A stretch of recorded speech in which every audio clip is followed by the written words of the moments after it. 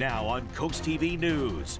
Property reassessment meetings. One Delaware lawmakers are meeting to discuss this hot topic. Coastal beach cleanup, how much thousands of pounds of trash were picked up. This is CoastTV News Midday. Good morning and thank you for joining us. I'm Brandon Ferguson. Welcome to CoastTV News Midday. Delaware lawmakers are set to host 4 public hearings this fall to discuss property reassessment. The committee says its goal is to bring more transparency to the process and explore ways to make it more fair for taxpayers. The first of the hearings is set for September 30th, tomorrow. They continue on October 7th, October 21st, and November 4th. Those meetings are to be held at Legislative Hall in Dover, all starting at 9:30 in the morning. You may remember in August, Governor Matt Meyer signed a series of bills aimed at combating property reassessment. The bills passed after an hours-long special session that month. According to Governor Meyer, the legislation creates fairer tax rates, gives homeowners flexible payment plans, and even provides refunds to people who overpaid. Lawmakers say the changes will also keep school funding intact. However, at a press conference, Republican leaders expressed concern over what they call a rushed process, with rules suspended to introduce and vote on the bills in the same day. And the time is now 11:01 on this Monday morning, and we're going to take a live look right now into a sunny, some clouds out there in Rehoboth Beach, and bring in first alert meteorologist Chris Mastrobono. Chris, what do we got for the rest of the day? Hey there, the band's back together again. Good to see you, Brandon. As we take a live look into Lewis, a lot of clouds expected today on Delmarva as we track those 2 tropical systems to our south. Right now, Lewis, 73 degrees. Winds are pretty calm there. And with the cloud cover, temperatures pretty uniform from coast to our inland locations. We're at 72 Bridgeville, 72 Laurel, 73 in Georgetown to 72 Bethany Beach. You can see that wind flow out of the northeast, anywhere between about 5 to 10 miles an hour. We have a few light sprinkles in and across Crisfield down to Chickatee. This is not really going to amount to much. If anything, it's weakening at this hour. You see the storm out front to the Carolinas. There is Umberto out in the Atlantic, and just to the west is Imelda over the Bahamas. That is expected to become a hurricane into Tuesday, but both systems are going to be heading out to sea. Cloudy skies, mild and muggy for our Monday. We'll keep the cloud cover in play for Tuesday, but we are going to add wind to the picture, especially along the coast, and that may lead to coastal flooding as we head into Wednesday. Also, some dangerous swells are going to be developing Tuesday through the week. Temperatures today getting into the mid to upper 70s. Will fall to around 75 by around 5 o'clock. Mostly cloudy skies throughout the day. Can't rule out an isolated shower southern Delmarva, but I expect most of the area to stay dry and cloudy. Coming up, we'll talk about the return of some autumn-like air by mid to late week. We'll talk more about that coming up in the full 7-day forecast. Brandon. Thank you, Chris. We could use some more fall weather.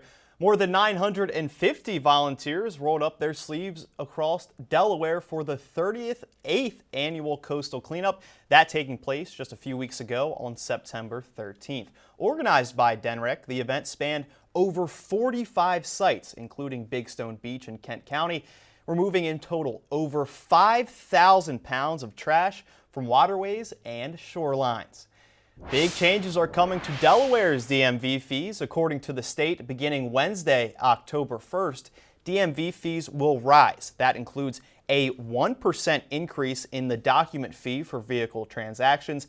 DelDOT says to renew your driver's license, locals will now be charged $50. New specialty plate requests will incur a fee of $200. According to the agency, there is a set to be a new annual registration fee for more than 48,000 alternate fuel vehicles in the state. Those fees could cost up to $900 depending on your vehicle. A heads up for Maryland boaters this week, starting on Wednesday, October 1st as well. Title and registration fees are going up for the first time in 42 years. That is according to the Maryland Department of Natural Resources. The standard boat registration fee will rise from $24 to $70 every 2 years. There's also a voluntary $12 registration for non-motorized vessels like canoes and kayaks. allowing natural resource police to easily identify owners in case of emergencies. The new fees address rising administrative costs and will help fund boating services and law enforcement. Changes could be coming to Delaware state park fees, and the public is being asked to weigh in. DNREC says it will host 3 open houses starting tomorrow, Tuesday, September 30th, through Thursday, October 2nd. Possible changes could impact fee schedule for daily entrance, annual, and lifetime passes. According to DNREC, park fees have not increased since 2015, even as operating costs have gone up more than 120%. In Sussex County, people can head to the Officers Club at Cape Henlopen State Park this Wednesday at 5:30 p.m. We are once again gearing up for the Bless Our Children campaign. Every year, Draper Media works to make the holiday season brighter for every child on Delmarva. The money raised goes to charitable groups who then buy Christmas presents. Right now, we are accepting funding applications from those nonprofits through October 1st. You can find a link at blessourchildren.org. Coming up tonight on DSN at 4 p.m., James M. Bennett hosts Pocomoke in field hockey. Then you can catch the final score at 10:30. Over on DSN Plus, you can watch that James M. Bennett Pocomoke field hockey game along with these exclusives. At 4 p.m., West Nottingham takes on Greenwood in boys soccer. And at 5:30, Chris Field faces Colonial Richardson, also in boys soccer. And we'll be back after the break.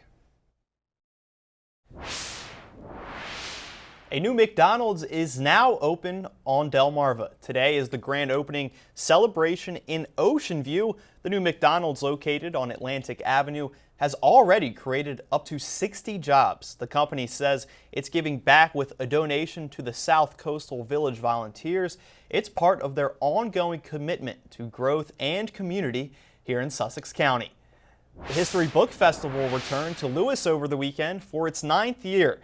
This year's festival had 20 author presentations from New York Times best-selling authors and award-winning journalists. It was supported by the Southern Delaware Alliance for Racial Justice and the Delaware Historical Society.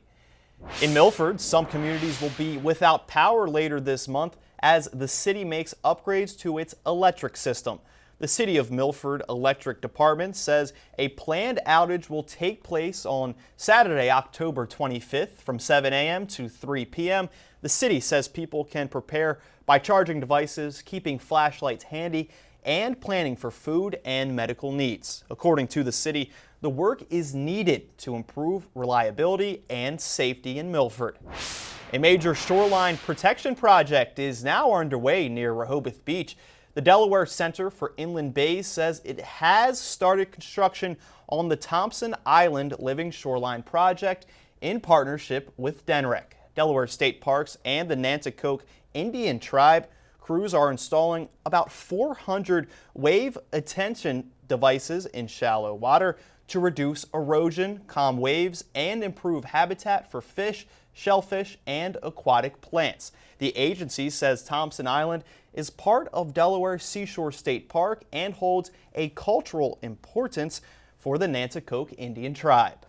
Well, clouds dominating our Monday weather here on Delmarva as we take a live look into Cambridge. Temperatures are in the 70s there, and we're going to hold mid to upper 70s through the afternoon with mostly cloudy skies. Congratulations to Lloyd Unseld Jr., Delmar, Maryland. You're the winner of our CoastTV News weather umbrella. Coming up, we will talk about some cloudy days ahead, but a beautiful stretch of weather arrives in that 70 forecast, and I'll let you know when that arrives coming up after the break.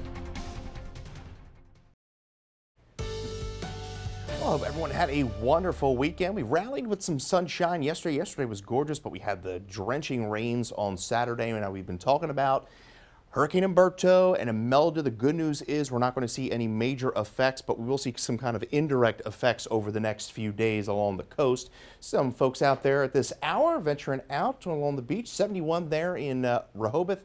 We have an onshore wind, and that's really going to be the case here, and it's going to intensify over the next few days as far as the wind is concerned. We're at 74, Milton, 73, Georgetown to 72, Bridgeville. There's that wind I was telling you about. Northeast winds, 5 to 12 miles an hour. We're going to see some gusts up to 35, 40 as we go into Tuesday and Wednesday. Well, it has been warm, it has been humid, not very fall-like, especially over the last week. That's going to change. We're going to plunge as far as the humidity is concerned. Dry air works in here Wednesday through the weekend, and it is going to finally feel like autumn around here. You see the cloudy skies across the entire Delmarva Peninsula. Few sprinkles, some drizzle there in Crisfield. Not going to be much of a big deal there. We're going to stay pretty dry through the afternoon, I think. You see the stalled out front producing some rain there along the Carolinas. There's Imelda across the Bahamas, and there is the monster Umberto, still a Category 4 hurricane at this hour. So moisture is going to stay to the south. We stay dry under the influence of high pressure through the week. We do have small craft advisories up for the entire Delmarva coastline. These might be upgraded to gale warnings as we go into Tuesday and Wednesday. Highs today, mid to upper 70s. Could squeeze out an 80-degree temperature. Northern portion of the midshore, 75 Ocean City to 78 in Salisbury. Futurecast shows the overcast skies through the afternoon and evening hours. As we go into overnight, could see some low fog early, some low clouds early Tuesday morning, but we're socked in the clouds once again for our Tuesday. But the good news is we begin to clear things out into Wednesday morning, Wednesday afternoon, much cooler as a cold front passes through. We're going to have highs upper 60s to lower 70s. There's those winds. As I mentioned, Tuesday, gusting 20 to 30 miles an hour. By Wednesday morning, could see some gusts Ocean City to Dewey to Bethany Beach, up to 40 miles an hour out of the northeast. Well, here is our pair of tropical cyclones. Hurricane Umberto, gusts to 175 miles an hour, and here is Imelda just to the west over the Bahamas. Now, what's going to happen is the major hurricane in Umberto is going to curve out to sea Wednesday. Imelda is going to become a Category 1, but the steering is so powerful from Umberto, it's going to pull Imelda out to sea. We also have high pressure, dominant high pressure to the north over the northeast, and that's going to keep us nice and sunny and dry through the end of the week. So 78 today, cloudy and mild, isolated shower to the south, 65, mostly cloudy skies, an isolated shower, 76 in our Tuesday. We stay cloudy. Skies clear Wednesday afternoon. Remember, could see some coastal flooding issues into Wednesday. Front pushes through, and look at that. Autumn-like air Thursday, Friday. Beautiful. We could see some morning lows in the 40s Thursday and Friday. We'll have more news after the break. New this morning, Purdue Farms is marking Hunger Action Month with a donation in Milford. The company says it will deliver a tractor-trailer load of chicken to the Food Bank of Delaware as part of its Fill the Food Gap initiative. The donation is aimed at tackling food insecurity across the entire state. According to Purdue, Food Bank staff will use forklifts to unload the truck, while Purdue associates will help load supplies for local pantry partners who will distribute them to their communities. Coming up after the break, we have your Health Minute after the break.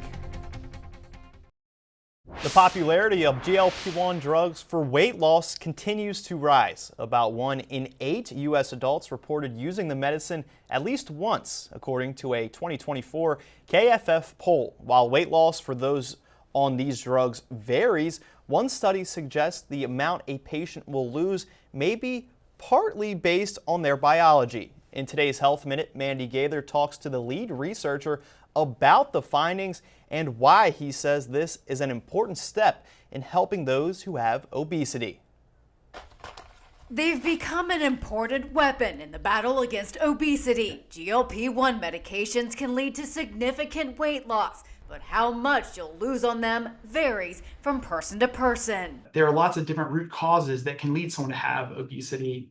And anytime you have something like that, where you have multiple causes that can lead to something, there's never going to be a single medication that's going to work well for everyone. Daniel Rotroff with Cleveland Clinic is one of the lead researchers of a study that looked at whether genetics has a hand in weight loss on these drugs. They keyed in on a gene called neurobeachin. It's a protein in the part of the brain that regulates how full or hungry you feel. While everyone has this gene, he says variations in it may affect how well the gene works. And we found that some of the variation was associated with increased weight loss and some of it was associated with decreased weight loss. Rotroff says evaluating this gene alone may not be accurate enough to make the decision on whether a person should or should not take GLP-1 drugs for weight loss, but he says it could be an important step toward making a treatment plan personalized for each patient. with this gene score combined with other factors,